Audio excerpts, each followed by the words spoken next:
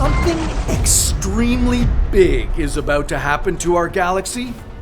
The Milky Way and our next door neighbor Andromeda are heading directly for each other, like two galaxy-sized freight trains on the same track. That's right, we're about to plow head-on into an entire galaxy. It's going to be an epic universal mashup, and it's right around the corner, from the perspective of galactic time spans. Today, we've brought the Andromeda Milky Way collision forward in time 4 billion years so that you can have a front row VIP seat as these galaxies smash into each other at over 400,000 kilometers per hour. Hey, an asteroid smaller than the island of Manhattan wiped out the dinosaurs. What's going to happen when we get smashed by an entire galaxy? You're going to want to stay up for this because we're taking you on a trip to witness firsthand what happens when galaxies collide. Standing looking at the night sky, you might not feel like you're moving, but hold on tight. You're already traveling near the speed of sound because you're spinning with the Earth's rotation. If you're in the mid-latitudes in places like North America and Europe, you're already traveling at about 1,180 kilometers per hour. That's 733 miles per hour. Now, you don't feel it because it's a constant. You've been traveling at this speed since the day you were born, and so is everything around you. But if Earth suddenly stopped spinning, well, then you'd find yourself and everything around you flung out into low orbit at about 1,000 kilometers an hour. Add to that, you're also traveling around the sun. Earth is orbiting our favorite star at about 30 kilometers per second. That's 18 miles per second, which is almost 100,000 kilometers per hour. And in turn, the sun and the rest of our solar system are orbiting the center of the Milky Way galaxy at an astonishing 720,000 kilometers per hour. So, without even knowing it, you're traveling 750,000 kilometers every hour. And you don't even feel it. And we're blasting through space on a collision course with another galaxy. Andromeda is our galaxy's closest neighbor, and it's getting closer. Or we're getting closer to it. But it's both, actually. The two galaxies are close enough that their gravitational attraction to each other overcomes the general expansion of the universe. So it's more like the Milky Way and Andromeda are falling into each other. If you could step back, it's like two bright rotating disks in space merging into each other in one big cosmic clash of the titans. And they won't just collide once. The two galaxies will actually rip right through one another, then stop and fall back into each other. Again and again and again. Collision after collision until they settle down into one new singular galaxy. And what a mashup they're going to make. Andromeda is a massive galaxy containing about 1 trillion stars. And the Milky Way is not exactly a lightweight. We have about 300 billion stars. At a distance, it looks like it's going to be a cosmic smash-up derby. How could trillions of stars heading directly toward other billions of stars not be? You'd think everything would just collide instantly. But here's the weird thing about moving through space, or even just moving throughout your day. It's not always about shutting everything out. Sometimes it's about staying aware of what's around you, even while everything's in motion. This video is sponsored by Raycon. I'm someone who's pretty much always listening to something. I live in the city, so I'm walking a bit, I'm on transit, I'm moving from place to place, and it can be tricky to listen to music or a podcast and also stay aware of what's going on around me. Well, that's why Raycon's essential open earbuds have been a real game changer for me. Since they're open ear, I can hear what I'm listening to and still hear everything around me, which makes being out and about feel a lot safer. The sound is still super clear and balanced, so it really feels like the best of both worlds. They sit just outside your ear canal, so you're not cut off from the world. And they're super lightweight with an adjustable hook that keeps them secure and comfortable. I've been using them daily, and they've just become part of my routine. You can also get up to 36 hours of battery life. Plus, they have multi-point connection, so switching between devices is seamless. The sound quality is just as good as the way more expensive brands too. If you're someone who's always on the move, whether it's daily walks, running errands, or just out getting some fresh air, well, it's nice to have something that fits effortlessly into your day. And if that sounds like something your routine is missing, well, now is a great time to try them because they're 15% off. And if you don't love them, there's a 30-day guarantee. The Essential Open Earbuds are the perfect addition to your everyday routine. Go to buyraycon.com/whatifopen to get 15% off. Thanks, Raycon, for sponsoring. Now, let's get back to that collision. Close up, the distance between the individual stars is actually enormous. Yeah, the average distance between stars is about 5 light years, or 47 trillion kilometers. For instance, the nearest star to us in our celestial neighborhood is Proxima Centauri, which is 4.24 light years away, or 40 trillion kilometers. So there's a lot of room for the star systems that make up these galaxies to just quietly slide past one another. To visualize it, if you scaled Earth down to the size of a couple nanometers, about the size of a virus, our solar system would be about the size of a golf ball.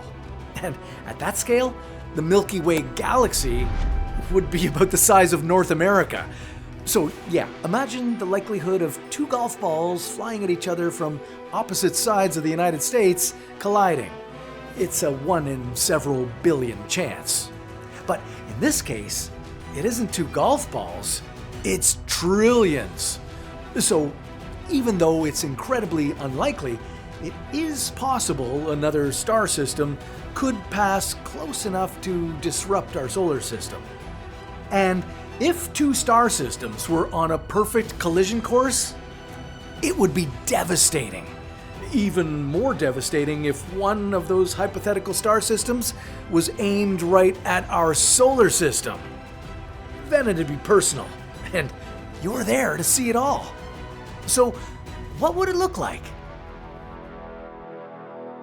If one of Andromeda's trillions of star systems crashing into our galaxy passed close enough to our system, the first signs would be subtle but unmistakable changes in the sky. Scientists watching with telescopes would be the first to notice it. To you on the ground, well, you wouldn't see it until a little later. You'd notice a new and unusually bright star in the night sky. It would take centuries, but it would slowly get brighter and brighter. And it wouldn't be like other stars. Instead of staying fixed in place like a normal star, it would stand out as it moved around relative to the background.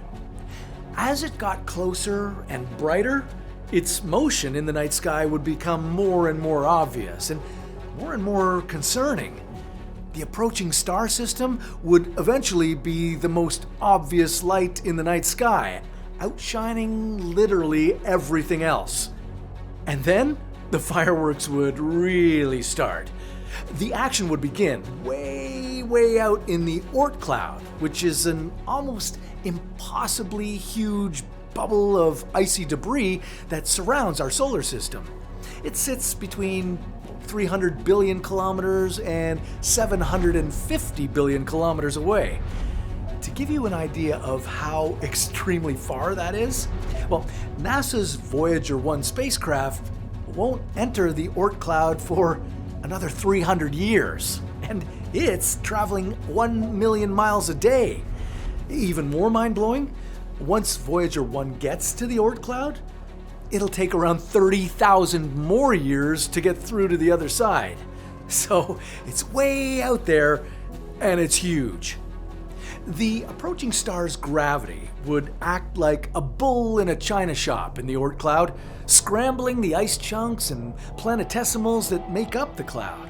And as this cosmic debris was stirred up, it would fan out in a surge of new comets hurtling toward our solar system.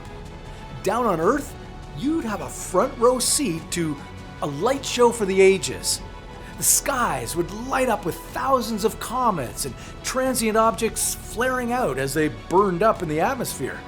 And as the hurtling star system got closer, invisible but much more ominous changes would be happening. After blasting through the Oort cloud, the chaos would arrive in the donut-shaped zone called the Kuiper belt, out past Neptune on the edge of our solar system, and a lot closer to home. Astronomers would start to detect gravitational anomalies and small but measurable changes in the orbits of the icy fragments, the dwarf planets, and the comets that make up the belt. Then, the star system barreling toward us would be felt by the outer planets. Neptune, Pluto, and Uranus would subtly start to change course as the rapidly approaching star's gravitational force began to pull and tear at our solar system's delicate balance. Because even a close pass could be devastating. Right now, our solar system is relatively stable, with every planet having settled into its relationship to the Sun and other planets over hundreds of millions of years. It's like a huge but finely adjusted web, held together carefully with a system of invisible, counterbalancing gravitational forces. And there's nothing significant coming into our system from outside to disturb it. We're surrounded by billions of kilometers of empty space. It's a great setup, and we'd like to keep it that way.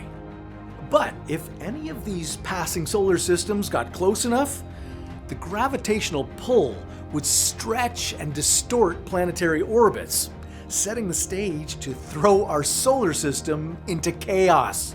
First, with the two giant anchors that keep our solar system in balance. Saturn and Jupiter would deviate from their previously stable orbits. As Earth's own motion around the Sun is affected by the cascading energy of the big planet's shifting position, even the first small changes in Earth's orbit would cause the Moon's orbit to become elliptical. In extreme cases, the Moon would even peel away from Earth, or, in the worst case scenario, plunge inward toward us. On Earth, these first noticeable effects would be environmental rather than immediate destruction. Changes in Earth's orbit would alter the amount of solar energy we receive, disrupting climate patterns and seasons. Crops would fail, forests would die. Life on Earth has evolved to live within a very narrow environmental band, and humans thrive in an even narrower part of it. Tiny changes in Earth's distance from the Sun could render it uninhabitable for us in a matter of years. As the oncoming star system gets even closer, whole new planets would be cruising through our home system. Your front row seat is starting to get a little uncomfortable. As instability on Earth increases, gravitational interactions become extreme, triggering enormous tidal forces and unleashing earthquakes worldwide. Even greater changes in Earth's orbit would lead to catastrophic temperature shifts, oppressive heat waves lasting for months, and winter freezes that we've never experienced before. It's been thousands of years since you first saw that bright star in the sky, but now it's approaching fast. And what if our planetary orbits intersect? If an Earth-sized planet narrowly misses us, we wouldn't exactly be home free. Its gravitational force would grab at Earth's mass and pull us roughly out of our comfortable orbit. The stress on Earth would be incredible. The gravitational forces would be so powerful that they'd actually distort the shape of our planet.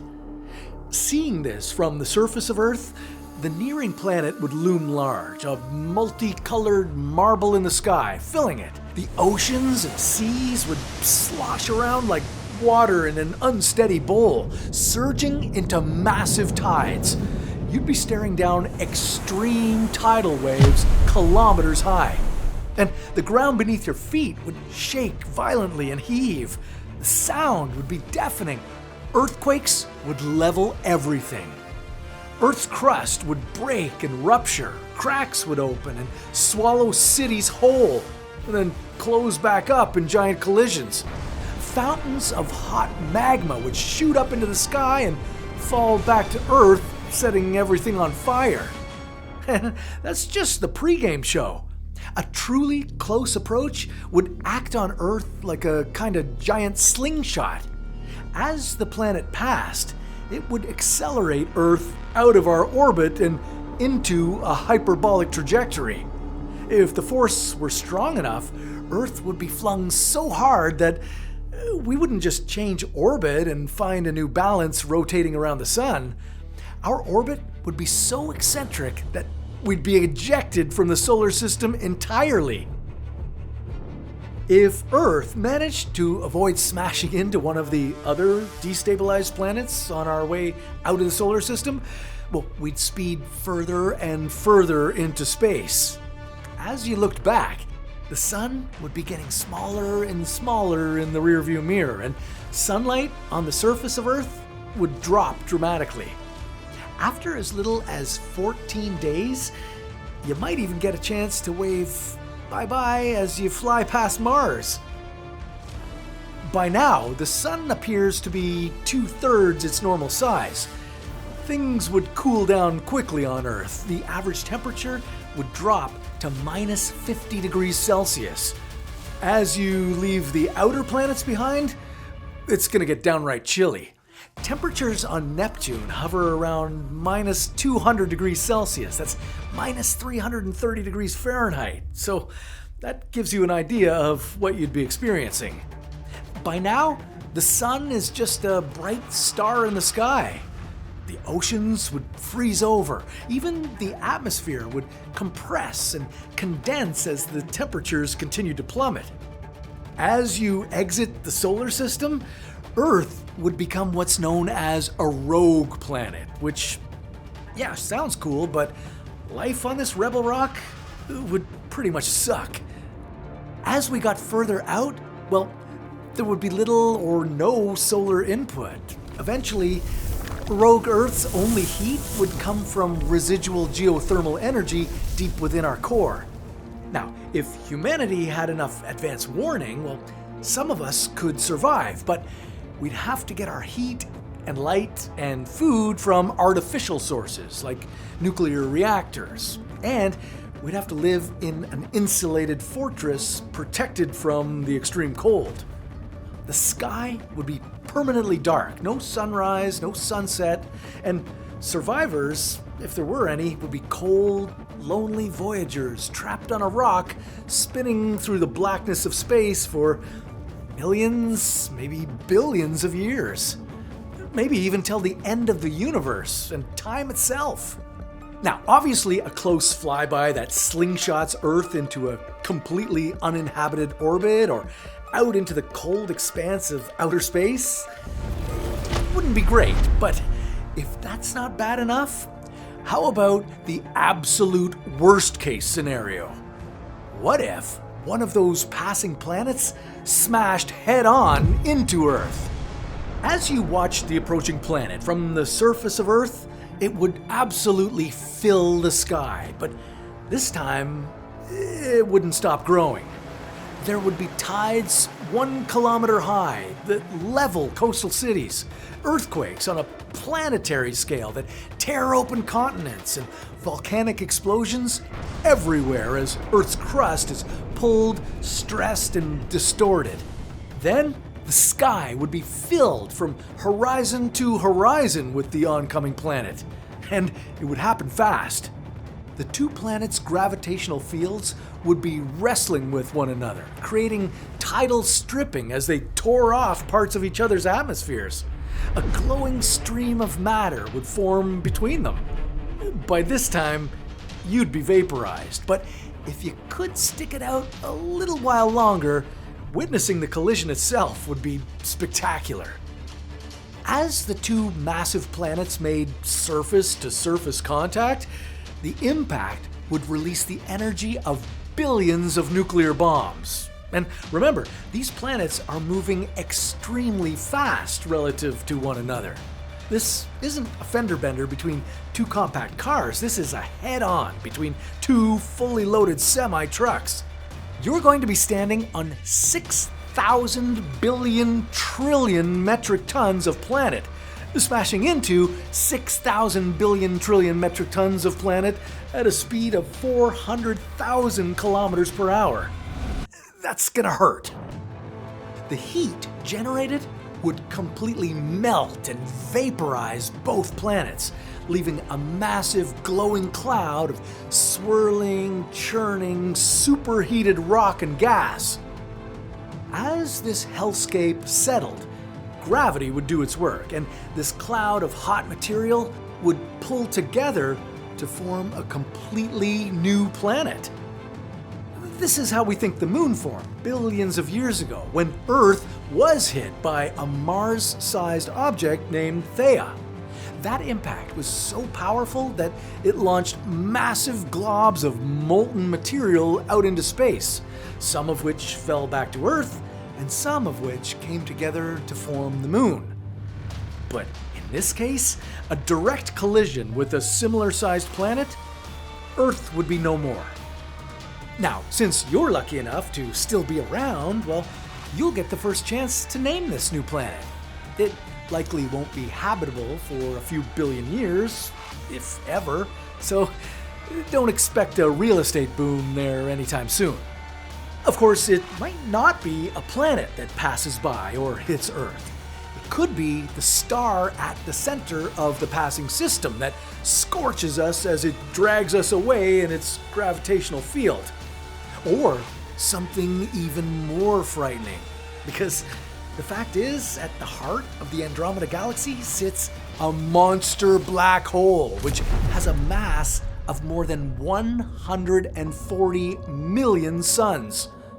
In the off chance that our solar system was unlucky enough to get in the way of that, it would vacuum us up like a gigantic cosmic Roomba, and we'd be gone without a trace.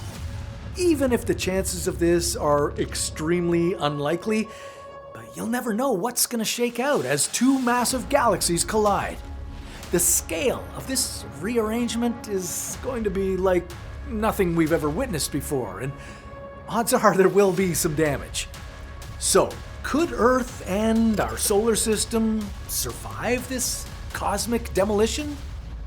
Well, the answer is yeah, more than likely. Now, the odds of making it through this galactic merger of giants without coming close to another celestial body are relatively high. Just remember those golf balls flying across the United States. Just like you don't feel the fact that you're currently traveling through space at 720,000 kilometers per hour, our solar system would be gently and quietly pulled into an entirely new orbit around the merged galaxies. It'll take billions of years, and the changes will happen so slowly that our solar system would remain almost completely oblivious to the new arrangement. From a distance, the two galaxies would lose their distinct disk shapes as they combined, moving through all kinds of wild star formations and into a single tangled structure some astronomers call Milkdromeda. Now, as you witness this kinder, gentler collision, the combined galaxy would become a crowded, luminous star field with many, many more visible stars. All the familiar constellations would be rearranged and overwritten. The sky would be a panorama of new shapes and clusters and glowing sheets of color and shine down much brighter than today's starry nights. Thankfully, you didn't have to wait 4 billion years. You get to see it live in the best time ever. seeing galaxies collide and star colors explode and fly off into space from the comfort of your couch. But don't get too comfy now. Remember, you're spiraling through space at 720,000 kilometers per hour, destined to collide with another galaxy. But that might be the least scary cosmic encounter. Imagine two black holes aimed at one another. Well, that's a story for another What If.